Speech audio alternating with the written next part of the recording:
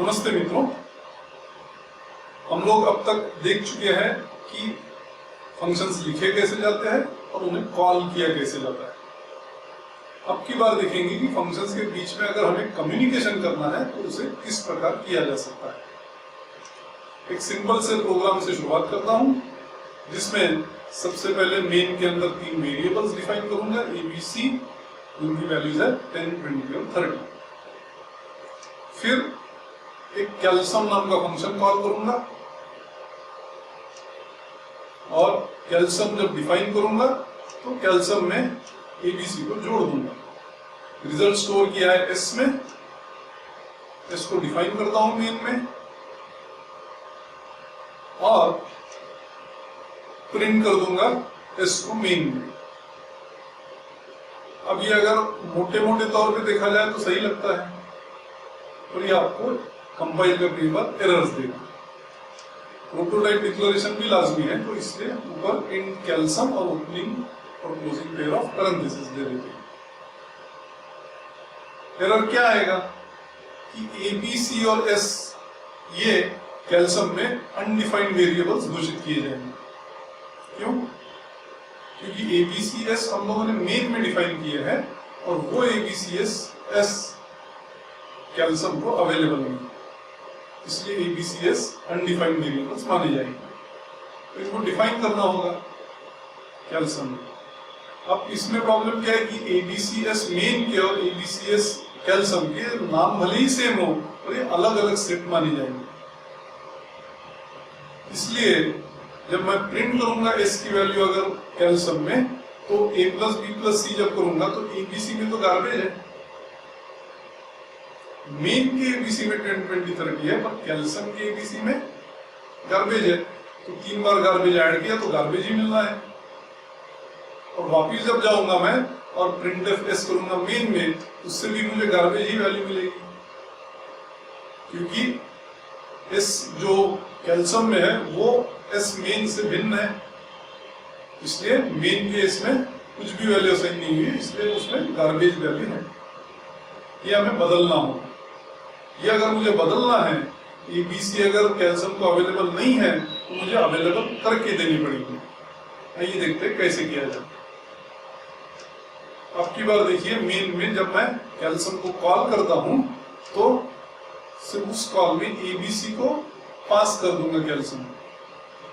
Naturally जब मैं कैल्सम define करूंगा तो ABC जो भेजे गए हैं उन्हें कलेक्ट करने का अरेंजमेंट करना होगा। वो किया जाता है int x, int y और int z द्वारा। ABC में जो वैल्यूज थी वो पास होकर के रिसीव हो रही है x, y, z में। तो x, y, z अब जायज वैल्यू कैरी कर रहा है 10, 20, 30, उनको मैं जोड़ सकता हूँ। पहले प्रोटोटाइप डिक्लेयर कर दूं। कैल्सम फंक्शन है जो 3 int रिसीव कर रहा है और रिटर्न टाइप उसका int है। अब इनको जोड़ना है तो x plus y plus z करूंगा, S में स्टोर कर दूंगा।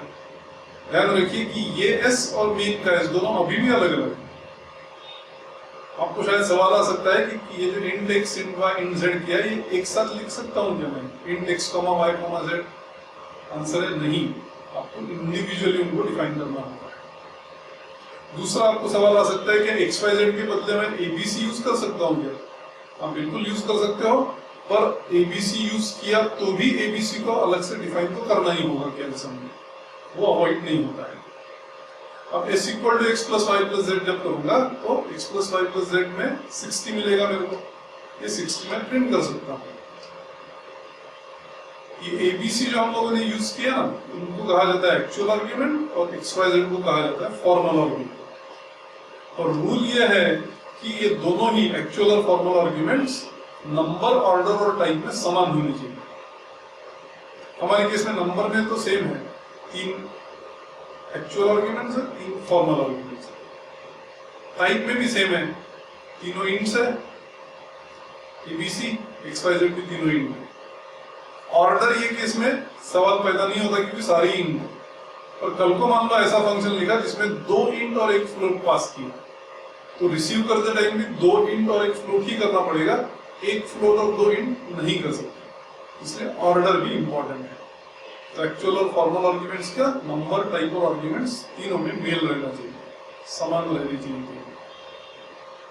अब की बार मैं जब मेन में वापस जाऊंगा और printf s करूंगा तो मुझे गार्बेज वैल्यू ही मिलेगी, क्योंकि a plus b plus c जो किया मैंने या x plus y plus z जो किया मैंने कैलसम में, उसकी वैल्यू s में स्टोर्ड है, पर वो s60 है, मेन का s तो अभी भी गार्बेज ही होल्ड कर रहा है।